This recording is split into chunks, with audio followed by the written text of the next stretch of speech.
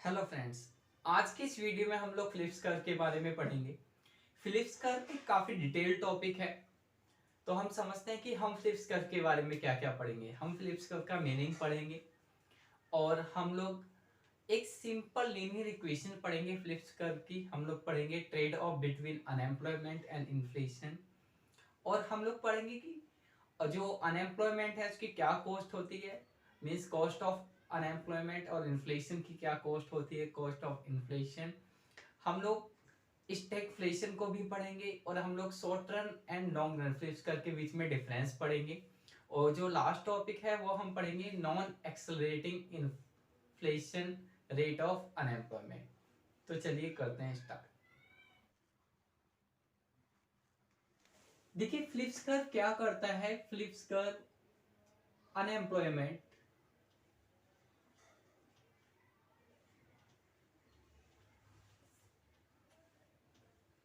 Rate और inflation rate,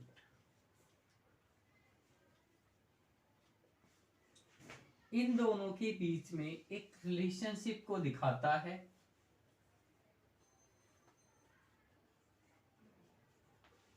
और इनके बीच में जो रिलेशनशिप है वो इनवर्स है,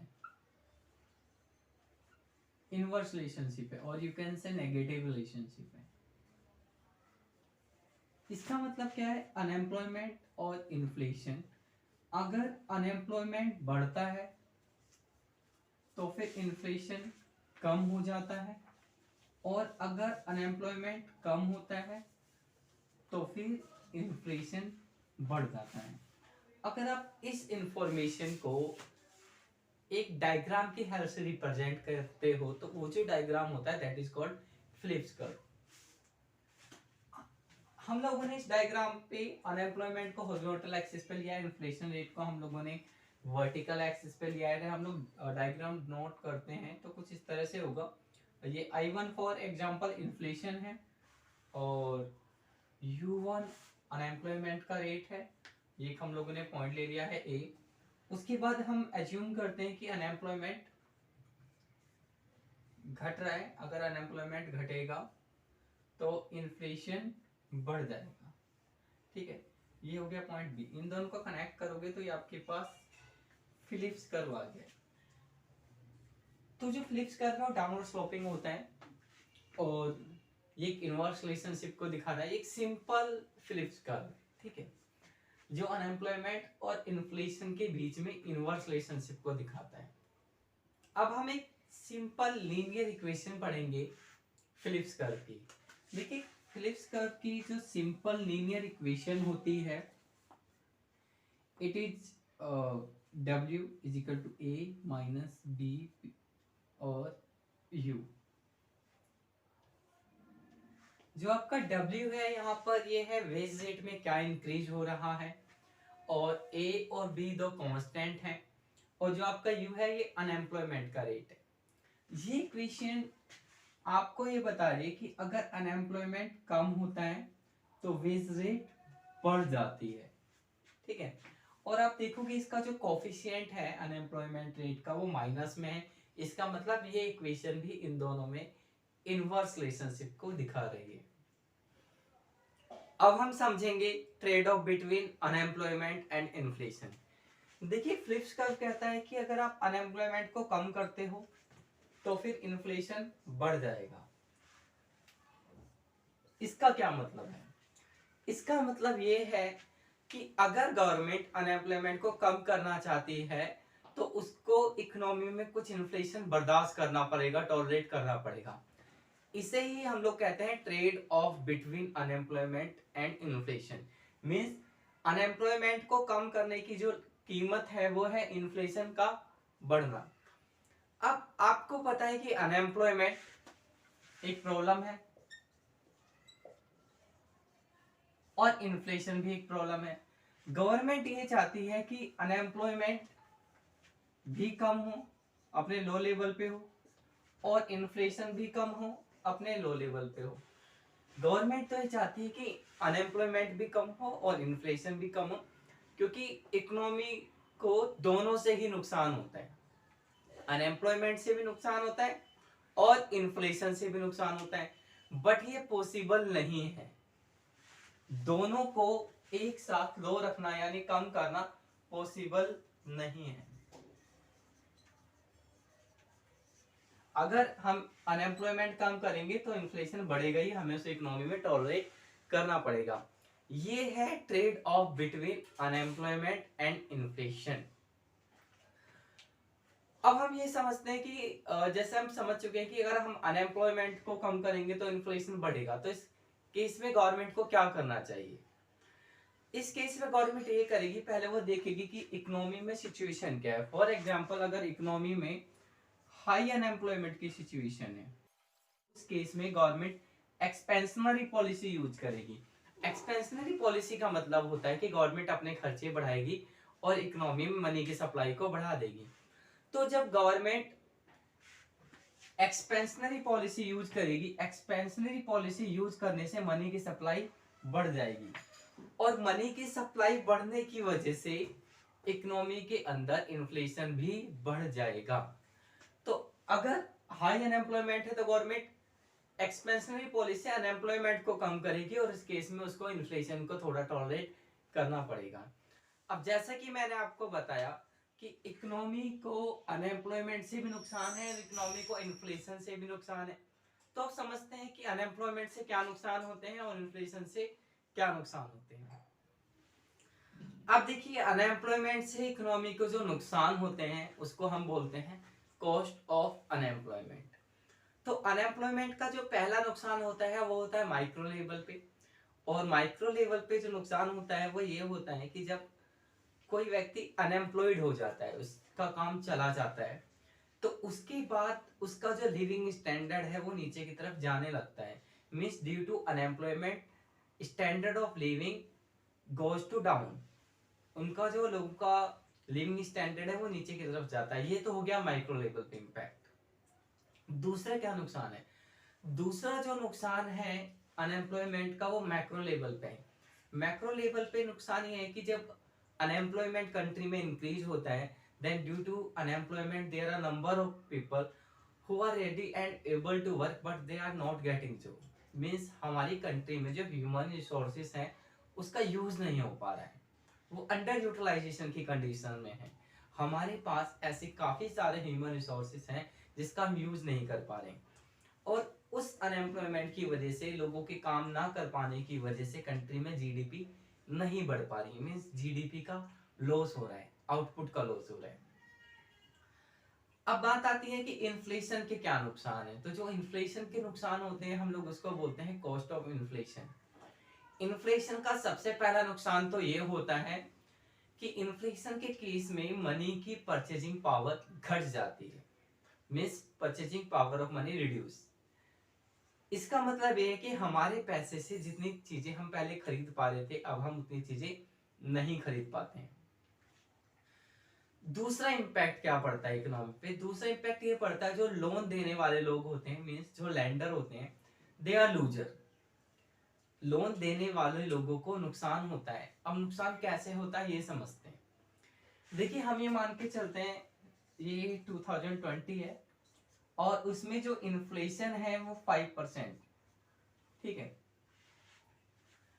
और मैंने किसी को 1 लाख रुपए का लोन दिया, अब वो लोन मुझे 1 साल बाद वापस मिलना है, और वो लोन मुझे 2021 में मिलता है, फॉर एग्जांपल जनवरी एंड जनवरी। अब जो इन्फ्लेशन है वो बढ़ के 12% हो गया है। इसका मतलब क्या है, जब मुझे 1 लाख रुपए वापस मिलेंगे तो अब मैं उस 1 लाख रुपए से उतनी चीजें नहीं खरीद पाऊंगा जितनी चीजें पहले खरीद पा रहा था, क्योंकि पहले इकोनॉमी में इन्फ्लेशन 5% था, अब 12% है, मुझे 7% का लॉस हो गया है, ठीक है। और अगर फॉर एग्जांपल मुझे इंटरेस्ट मिला है, रेट ऑफ इंटरेस्ट मिला है फॉर एग्जांपल 4%, तो इसका मतलब भी है मेरे को 3% का लॉस अब भी है। तो ये बात ध्यान रखना, इन्फ्लेशन के केस में लोन देने वाले लोग नुकसान में रहते हैं, दे आर लूजर। लोन लेने वाले फायदे में रहते हैं।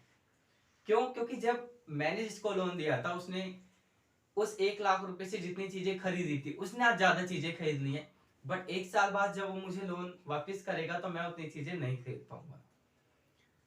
एक और नुकसान होता है, एक और इम्पैक्ट होता है इन्फ्लेशन का इकोनॉमी पे, वो होता है कि जब गवर्नमेंट है वो डेफिसिट की कंडीशन में चली जाती है जब इन्फ्लेशन होता है।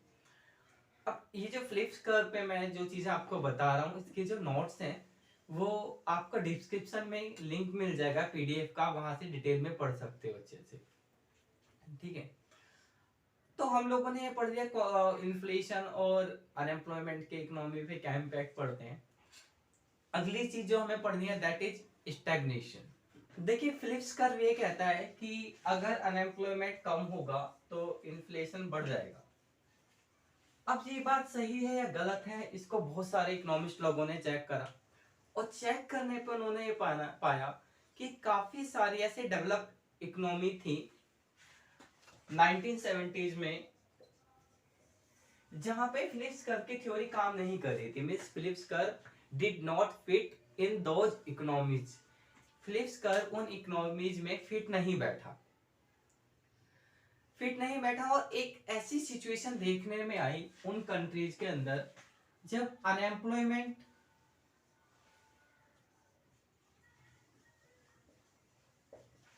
हाई था और इन्फ्लेशन भी हाई था।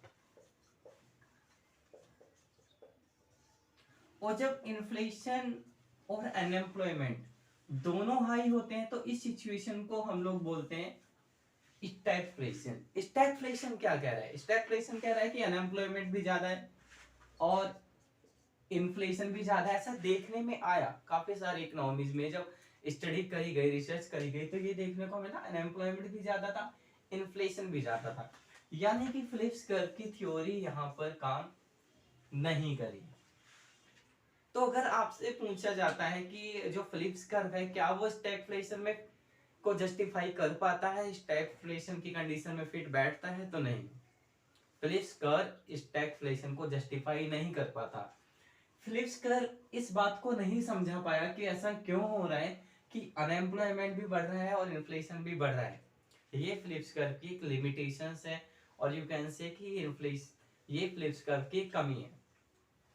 अब क्वेश्चन ये होता है कि ऐसा क्यों हुआ, फिलिप्स कर्व इसको जस्टिफाई क्यों नहीं कर पाया।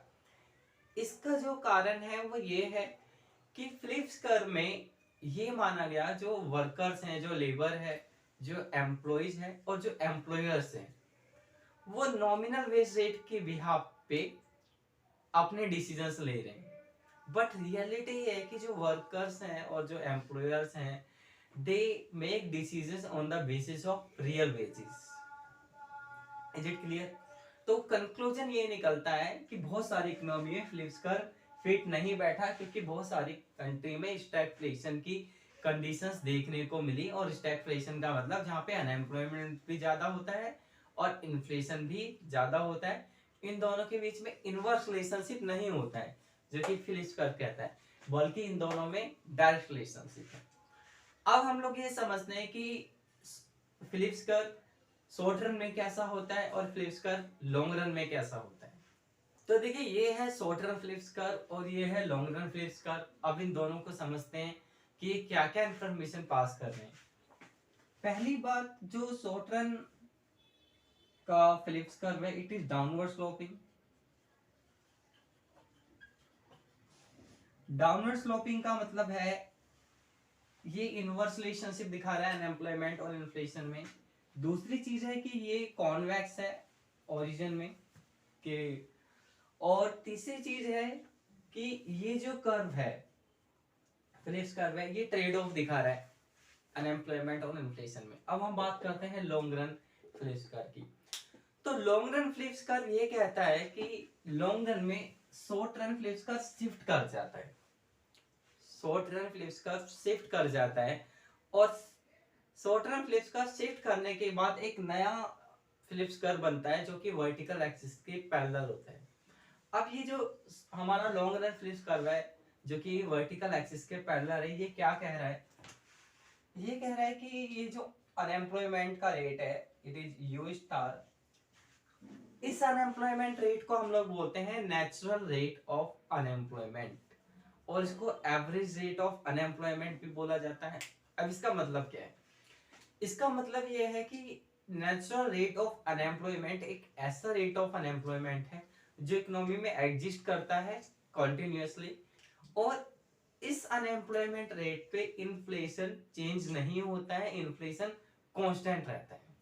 मींस अगर इकोनॉमी में अनएम्प्लॉयमेंट इस पॉइंट पर है, यू स्टार है, नेचुरल अनएम्प्लॉयमेंट की कंडीशन में है, तो फिर इन्फ्लेशन में कोई चेंज नहीं होगा। इन्फ्लेशन में तभी चेंज होगा जब इकोनॉमी में अनएम्प्लॉयमेंट रेट यू स्टार से हट जाएगा, या तो वो यू स्टार से कम हो या फिर यू स्टार से ज्यादा हो।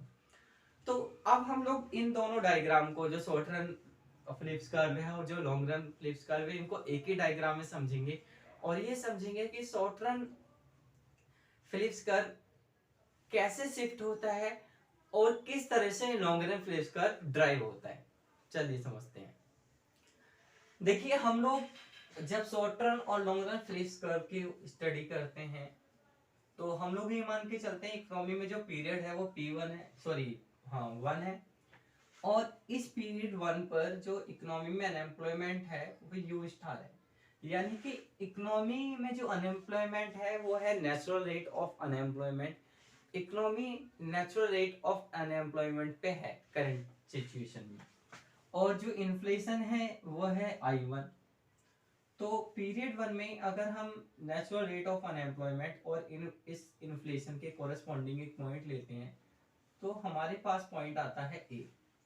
ठीक है, अब हम लोग ये मान के चलते हैं कि पीरियड 1 में जो वर्कर्स हैं, मींस जो एम्प्लॉइज हैं और जो एम्प्लॉयर्स हैं, और कंट्री में जो भी पीपल है, जो भी लोग हैं, वो लोग ये मान के चलते हैं कि इकोनॉमी में नेक्स्ट पीरियड में भी इन्फ्लेशन यही रहेगा, I1 रहेगा।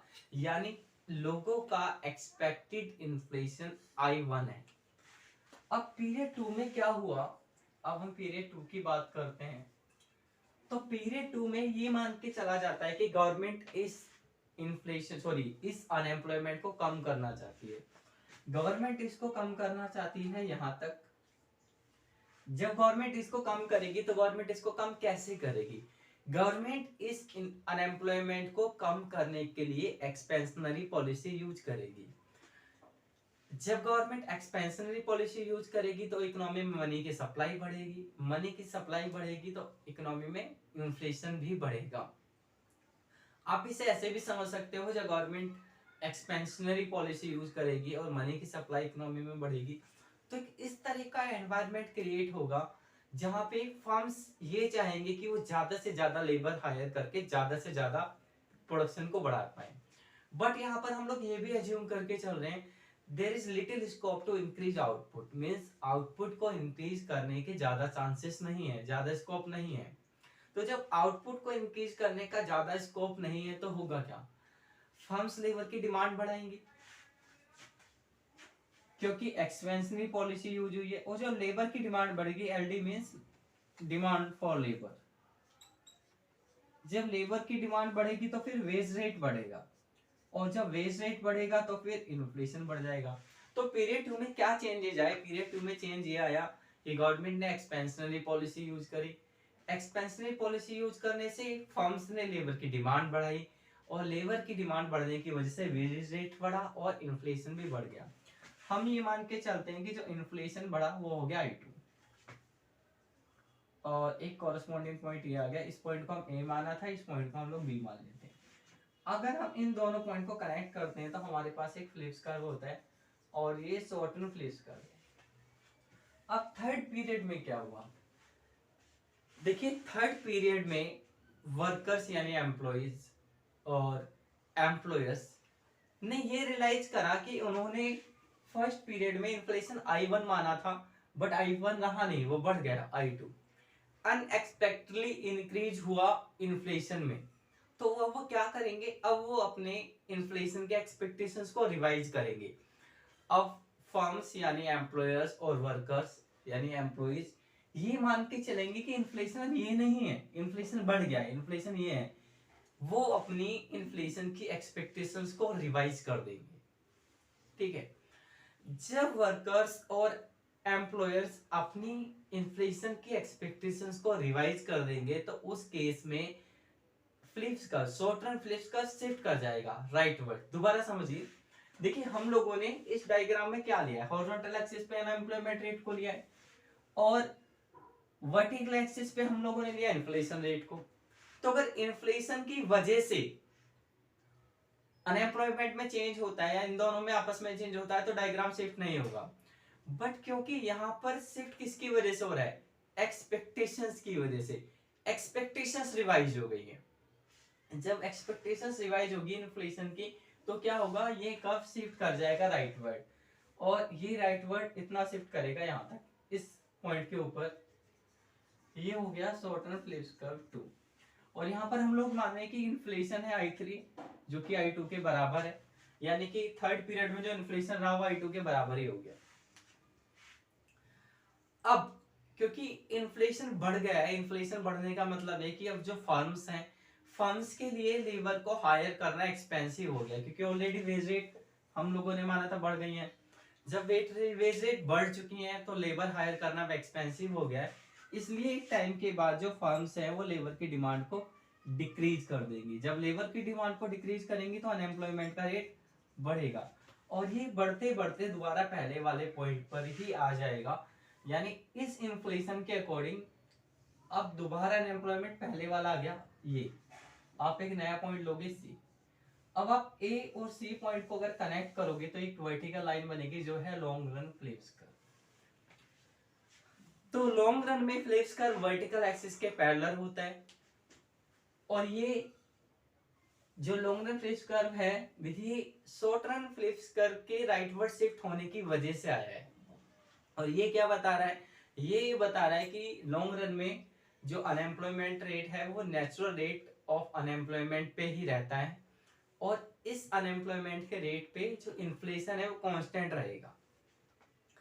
अगर अनएम्प्लॉयमेंट का रेट इससे कम होता है तो फिर इन्फ्लेशन क्या होगा, बढ़ जाएगा और अगर अनएम्प्लॉयमेंट का रेट इससे ज्यादा होता है तो फिर इन्फ्लेशन घट जाएगा। बट लॉन्ग रन में unemployment natural rate of unemployment पे रहेगा और लॉन्ग रन में इन्फ्लेशन इस यू स्टार अनएम्प्लॉयमेंट रेट पे कांस्टेंट रहेगा। अब बात आती है इसका कंक्लूजन क्या निकलता है, लॉन्ग रन में कंक्लूजन क्या निकलता है। तो लॉन्ग रन में पहला कंक्लूजन तो ये निकलता है कि इन्फ्लेशन बढ़ेगा। स्टार्टिंग में इन्फ्लेशन यहां था, बाद में इन्फ्लेशन यहां गया, पहला कंक्लूजन। दूसरा कंक्लूजन ये निकलता है कि वेज रेट बढ़ेगी। तीसरा कंक्लूजन ये निकलता है कि नॉमिनल जीडीपी बढ़ जाएगी, यानी कि जीडीपी को अगर हम मनी की फॉर्म में मेजर करेंगे तो वो बढ़ जाएगी, नॉमिनल जीडीपी बढ़ जाएगी। रियल जीडीपी कांस्टेंट रहेगी और रियल आउटपुट भी इकोनॉमी में कांस्टेंट रहेगा। ये है कंक्लूजन। अब जो अगला टॉपिक आपको पढ़ना है वो टॉपिक है non accelerating inflation rate of unemployment. इसका मतलब क्या होता है, पहले आप ये नोट कर लीजिए, non accelerating inflation rate of unemployment. इसका क्या मतलब है, इसका मतलब है अगर कंट्री में unemployment natural rate of unemployment के बराबर रहता है, यानी ये अनएम्प्लॉयमेंट है जो इकोनॉमी में है, फॉर एग्जांपल अनएम्प्लॉयमेंट ये जो इकोनॉमी में है और ये अनएम्प्लॉयमेंट है नेचुरल रेट ऑफ अनएम्प्लॉयमेंट, अगर ये एक दूसरे के इक्वल है तो इस केस में जो इन्फ्लेशन है वो कांस्टेंट रहेगा, उसमें कोई चेंज नहीं होगा। अगर अनएम्प्लॉयमेंट इससे कम है, फॉर एग्जांपल इकोनॉमी में जो अनएम्प्लॉयमेंट है वो नेचुरल रेट से कम है, तो इस केस में क्या होगा, इस केस में इन्फ्लेशन बढ़ेगा। और अगर unemployment natural rate of unemployment से ज्यादा है तो इस केस में इन्फ्लेशन घटेगा। अगर ये यहां पर है, यानी कि कंट्री में जो अनएम्प्लॉयमेंट का रेट है वो नेचुरल रेट के इक्वल है, तो इसका मतलब है इस केस में इन्फ्लेशन कांस्टेंट रहेगा, वो एक्सेलरेट नहीं होगा, वो नहीं बढ़ेगा। इसलिए ही नेचुरल रेट ऑफ अनएम्प्लॉयमेंट को ही कहा जाता है non accelerating inflation rate of unemployment. मतलब एक ऐसा अनएम्प्लॉयमेंट का रेट जिसपे इन्फ्लेशन एक्सेलरेट नहीं करेगा, यानी नहीं बढ़ेगा। और वो कब नहीं बढ़ेगा?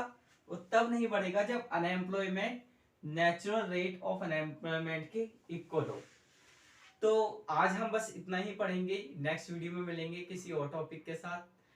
Till then goodbye. और एक और चीज, इसके जो नोट्स हैं वो आपको डिस्क्रिप्शन में पीडीएफ के लिंक में मिल जाएंगे, वहां से आप इसे पढ़ सकते हैं।